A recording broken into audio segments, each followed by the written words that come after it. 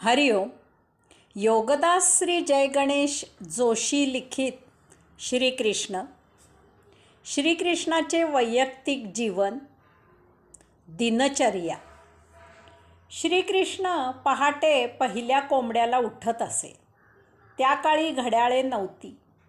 माझ्या लहानपणी घड्याळे सार्वत्रिक झाली नव्हती. मुंबईचा चाकरमानी आंब्याच्या हंगामाला, शेत पेरायला, गणपती गौरींना, शिमग्याला गावाला आला आणि जर त्याच्या हातात घड्याळ असले तर त्याला भरपूर पगार आहे असे गृहीत धरले जायचे. हातावर घड्याळ बांधून चाकरमानी मोठ्या ऐटीत, डोलात गावामधून हिंडत असे. असो, घड्याळाची सोय निसर्गाने केली आहे. नैसर्गिकपणे आजही पहाटे 3 वाजता कोंबडा आरवतो. मध्यरात्रीनंतरचा तो पहिला आरवलेला कोंबडा असतो. त्यानंतर दर तासाला तो सकाळ होईपर्यंत आरवत राहतो. हेही लक्षात घ्यावे की जर एखादा कोंबडा नको तेव्हा आरवू लागला तर ते अशुभ असल्यामुळे त्याला कापून खाण्यात येते. आजही खेडेगावांमधून असे पाहण्यात येते. श्रीकृष्ण पहिल्या कोंबड्याला म्हणजे पहाटे 3 वाजता उठत असे.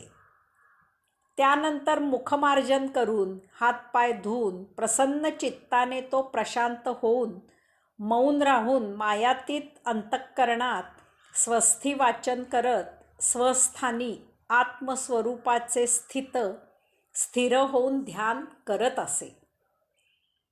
लक्षात घ्यावे की तो स्नान न करता, सोवळेओळे न पाळता हे करत असे. कारण आपण सदा सर्वदा पवित्र आणि शुद्ध आहोत. फक्त स्वच्छता म्हणून मुखमार्जन, हातपाय धुवायचे.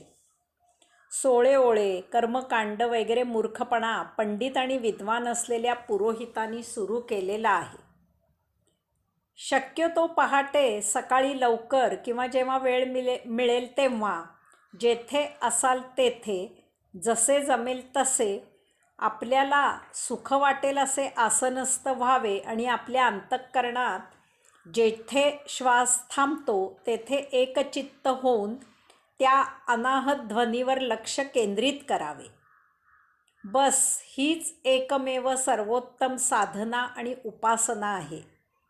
यासाठी कोठेही जायची गरज नाही. ही साधना आणि उपासना आपली आपण सहजच करू शकतो अशी आहे. श्रीकृष्णाने हे स्वतःच्या नित्यनियमित आचरणाने आपल्यासाठी उदाहरण घालून दिले आहे. यानंतर श्रीकृष्ण निर्मळ, शुद्ध, पवित्र पाण्याने स्नान करत असे. स्नान झाल्यावर वस्त्र परिधान करून गायत्री मंत्राचे पुरश्चरण करत असे. तोपर्यंत सूर्योदय होत असे. सूर्योदयाला सत्पात्री व्यक्तींना दान करत असे. यानंतर अंतःपुरात जाऊन सर्वांचे क्षेमकुशल विचारत असे. तेथे राण्या आणि दासी त्याची सेवा करत असत. बाहेर जाण्यासाठी तयार होऊन श्रीकृष्ण रथामधून सुधर्मा सभेमध्ये जात असत. येथे मंत्रीगणांसमवेत अवतार कार्याचा आढावा घेऊन त्याप्रमाणे कार्यवाही होत असे. सुदाम्याचे पोहे. सांदीपनी ऋषींच्या आश्रमात जेव्हा श्रीकृष्ण आणि बलराम शिकत होते तेव्हा तेथे त्यांचा एक अतिशय गरीब परिस्थिती असलेला गुरुबंधू होता. त्याचे नाव सुदामा असे होते. तो कपिला नगरीत राहत होता. यथाकाळी त्यानेही गृहस्थी थाटली होती. त्याला मुलेही होती. घरात लक्ष्मी रुसलेलीच राहिली. तथापि जे मिळेल त्याचा संसार सुरू होता. अर्धपोटी राहावे लागे. कधी उपासमार होत असे. या दारिद्र्याला वैतागून एक दिवस सुदामाची भार्या त्याला म्हणाली की साक्षात लक्ष्मीपती आपला स्नेही आहे आणि आपल्याला या अशा हलाखीत दिवस कंठावे लागत आहेत. कितीही प्रामाणिकपणे कष्ट केले तरी 2 वेळही आपण मुलांना खाऊ घालू शकत नाही. यास्तव आपण श्रीकृष्णाकडे जाऊन त्याला आपली परिस्थिती का कथन करत नाही? तो तुम्हाला नक्कीच विसरला नसेल. तो अंतर्यामी यामधून काही मार्ग सुचवेल याची मला खात्री आहे.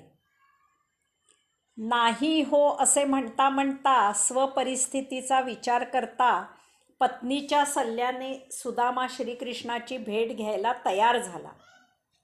परंतु तो पत्नीला म्हणाला की मी रिकाम्या हाताने श्रीकृष्णाकडे कसा जाऊ? त्याला भेट देण्यासारखे आपल्याकडे आहेच काय?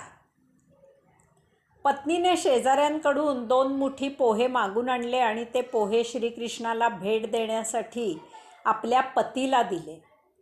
सुदाम्याने ते पोहे आपल्या फाटक्या तुटक्या पंचात नीट गुंडाळून घेतले आणि त्याने द्वारकेला प्रस्थान ठेवले. वाटेत जाताना श्रीकृष्ण आपल्याशी कसा वागेल याचा विचार करत करत तो द्वारकेला येऊन पोचला. द्वारपालांनी त्याला अडविल्यावर त्याने त्याची श्रीकृष्णाशी असलेली बालपणीची ओळख सांगितली. त्याप्रमाणे द्वारपालांनी श्रीकृष्णाला आपला बालमित्र सुदामा द्वारापाशी आला आहे असा निरोप सांगितला. त्यावेळी श्रीकृष्ण रुक्मिणीच्या महाली होता. निरोप ऐकताच श्रीकृष्णाने द्वारपालांना आज्ञा दिली की त्या ब्राह्मणाला अतीव आदराने येथे घेऊन या. अल्पावधीत सुदामा महालाच्या द्वारी आला. त्याबरोबर श्रीकृष्ण लगबगीने उठला आणि त्याने बालपणीसारखीच सुदामाला कडकडून मिठी मारली. त्यामुळे सुदामा सुखावला. त्याचे मानसिक दडपण दूर झाले. दोघांच्याही नयनांमधून प्रेमाश्रू वाहू लागले. श्रीकृष्ण आणि रुक्मिणी यांनी सुदाम्याला सुंदर सुखावह अशा आसनावर बसविले. त्यांनी त्याचा आदर सत्कार आणि यथोचित असे पूजन केले. त्याला सुग्रास भोजन दिले. त्यानंतर श्रीकृष्णाने सुदाम्याला विचारले की वहिनीने माझ्यासाठी काय भेट दिली आहे? त्यावेळी सुदाम्याने लज्जित होऊन मान खाली घातली. तथापि श्रीकृष्णाने उपरण्यासारखा घेतलेला सुदाम्याच्या खांद्यावरचा पंचा काढून घेतला आणि सोडला. त्यातील पोहे पाहून परम आनंदित होऊन श्रीकृष्णाने मिटक्या मारत ते पोहे स्वाहा केले. ते पाहून सुदाम्याला ब्रह्मांड मिळाल्याचा आनंद झाला. त्या रात्री श्रीकृष्णाने सुदाम्याला द्वारकेत मुक्कामाला ठेवून घेतले. श्रीकृष्णाने त्याची राहायची व्यवस्था महालात दासदासींसह राजासारखी केली होती. त्या रात्री सांदीपनी ऋषींच्या आश्रमामधील आठवणी दोघेही मित्र रंगून गेले होते. मध्यरात्री सुदाम्याला गाढ झोप लागल्यावर अंतर्यामी श्रीकृष्णाने सुदाम्याच्या येण्याचा हेतू ओळखून आपल्या प्रिय मित्राचे दारिद्र्य कायमस्वरूपी दूर करण्याकरता विश्वकर्म्याला बोलावून घेतले आणि सुदामा राहत असलेली कपिला नगरी, त्याचे वास्तव्याचे ठिकाण, वैभव संपन्न धनधान्याने कायमस्वरूपी समृद्ध राहील अशी व्यवस्था करायची आज्ञा दिली. दुसऱ्या दिवशी सकाळी सुदाम्याने निघायची तयारी केली. त्याने श्रीकृष्णाचा निरोप घेतला. त्यावेळी श्रीकृष्णाने त्याला सांगितले की काही कमी जास्त पाहिजे असल्यास न संकोचता सांग. त्यावर सुदामा अतीव संतुष्ट होऊन म्हणाला, श्रीकृष्णा, तू माझी ओळख ठेवलीस यातच सर्व काही भरभरून आले. असे म्हणून दोघाही मित्रांनी एकमेकांचा साश्रू नयनांनी निरोप घेतला. सुदामा आनंदित अंतःकरणाने कपिला नगरीच्या वेशीवर येऊन पोहोचला आणि गोंधळून तेथेच थबकला. त्याला महा आश्चर्य वाटत होते की ही आपलीच कपिला नगरी आहे की आपण चुकून स्वर्गामधील इंद्रनगरीत आलो आहोत. नगरातील लोकांनी त्याचे भव्य स्वागत केले.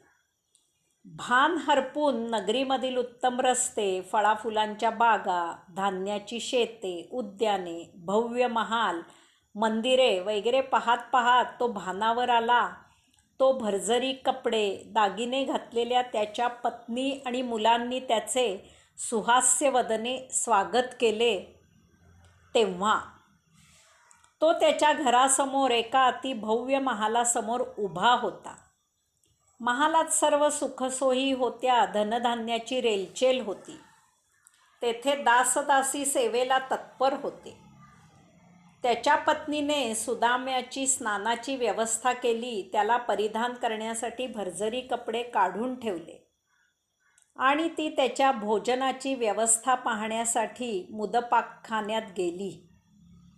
सुदाम्याने आपली जुनी वस्त्रे आणि तो पोहे नेलेला पंचा नीट जपून एका अलमारीत ठेवला आणि साश्रू नयनांनी कपाट लावून तो स्नानासाठी न्हाणीघरात गेला. हरिओम.